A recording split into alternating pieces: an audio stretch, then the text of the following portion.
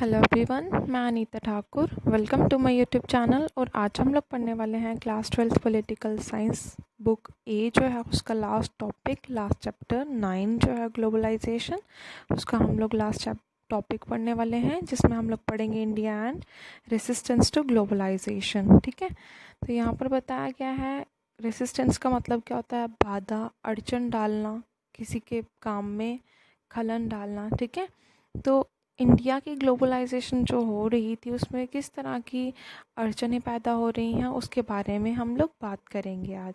तो यहाँ पर बताया गया कि क्या इंडिया जो है उसने ग्लोबलाइजेशन की मतलब प्रोसेस में रेसिस्टेंस का एक्सपीरियंस किया है या नहीं किया है।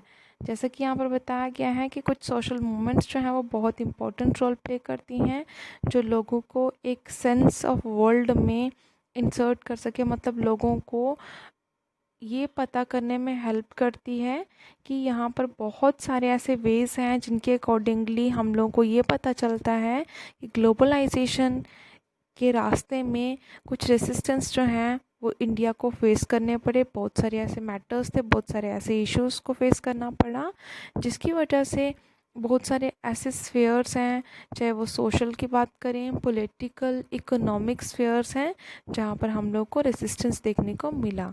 ठीक है, और उसके बाद ये हम सब को कैसे पता चला? क्योंकि बहुत सारे लोग जो थे वो प्रोटेस्ट कर रहे थे कि इकोनॉमिक लिबरलाइजेशन जो है वो होना बहुत ज़रूरी है, मतलब इकोनॉमिक सुधार होना बहुत ज़रूरी है।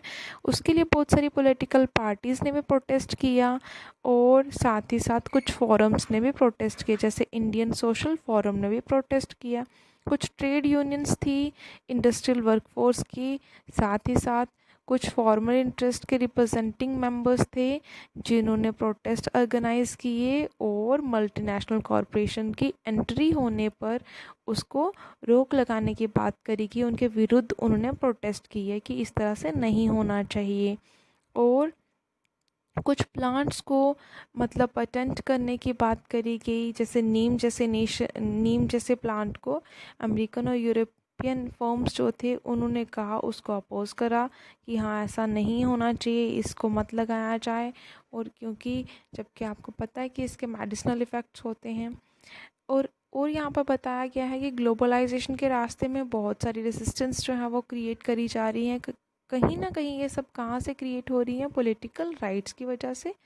और जैसे कि यहाँ पर बताया गया है, बहुत सारी चीज़ें जो हैं वो हम लोगों ने कल्चर से एक्वायर की हैं, अदर नेशंस के कल्चर से, जैसे availability of foreign TV. TV जो है आज हम लोग जिसको यूज़ करते हैं, चाहे वो एलसीडी है, वॉटेवर जो भी है, एलईडी मतलब जो भी यूज़ करते हैं, तो वो कहीं ना कहीं फॉरेनर नेशंस की बदौलत है।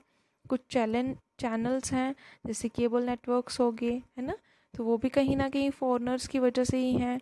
वैलेंटाइन डे को सेलिब्रेट किया जाता है, क्यों किया जाता है, उसकी क्या इंपॉर्टेंस है, ये भी हम लोगों ने फॉरेन कल्चर से अडॉप्ट कर रखा है।